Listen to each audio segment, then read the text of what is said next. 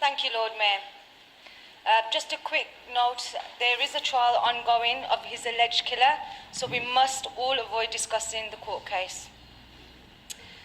Control the Bleed is a national awareness campaign and call to action, Stop the Bleed, is intended to cultivate grassroots efforts that encourage bystanders to become trained, equipped and empowered to help in a bleeding emergency before professional help arrives, as bystanders in most instances are first at the scene.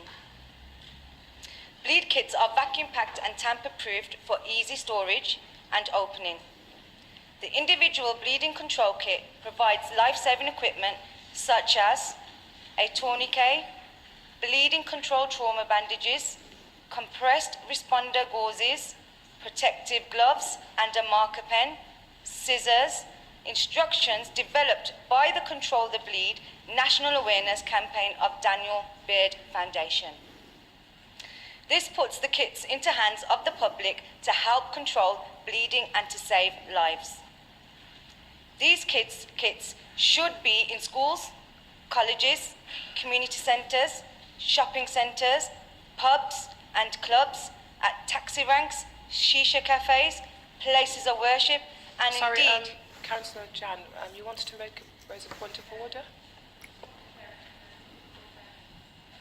Declaring interest on this item, pecuniary interest. That is noted. Sorry, Councillor Jan. Thank you. Okay, at taxi ranks, shisha cafes, places of worship, and indeed anywhere which is open throughout the night. Lynn Bird is a mother whose son, Dan, was brutally murdered by a knife crime. She is now focusing on saving lives. As we all know, there are a lot more stabbings, and no family should have to go through the trauma this family has suffered. Dan was 26 years old and was stabbed outside the Forge Tavern in Birmingham. Victoria Atkins, MP, the Minister for Crime, Safeguarding and Vulnerability, has given backing and support. However, to date, nothing has been achieved. Shocking statistics reveal skyrocketing knife crime in West Midlands. Official figures from West Midlands Police show that the number of knife-related murders has doubled. A total of 20 people were killed as a direct result of knife violence between April 2017 and March 31st, 2018. Compared to 10 between April 2015 and March 2016. Meanwhile, knife possession offences have also rocketed by 159%. A Freedom of Information request reveals there were 699 possession cases between 1st of April 2015 and March 2016. This figure rose to 1,808 between April 2017 to 31st of March 2018. But we do not need statistics to see the recent upsurge in knife crime on our streets.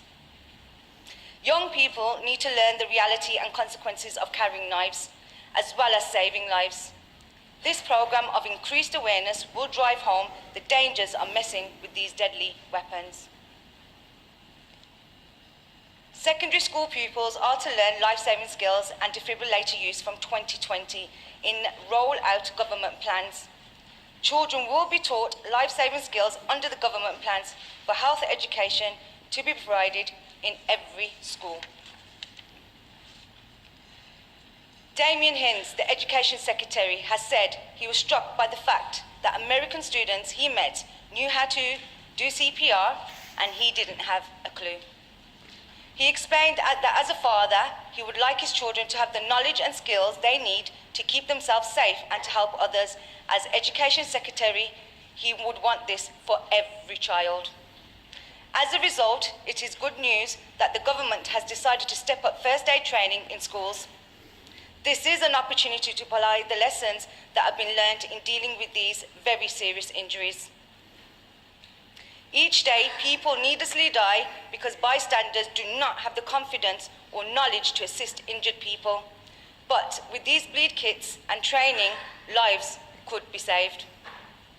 None of us expect our loved ones to be murdered by knife crime, but yet this is happening. When is real action going to be taken? When is someone going to listen? Young people will carry a knife as long as they witness or hear about traumatic incidents that involve knife crime, and they will carry one for their own protection. Recent statistics show that gangs are no longer the primary source of knife carriers. Please support our motion. It is carefully worded to allow the experts in licensing and education to find ways to embed these life-saving measures in premises.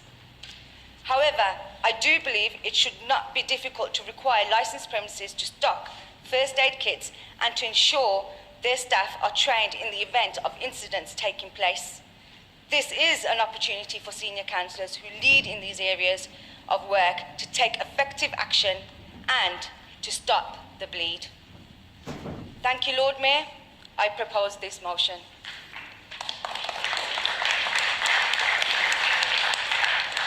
Thank you. Councillor Barber Baz, please.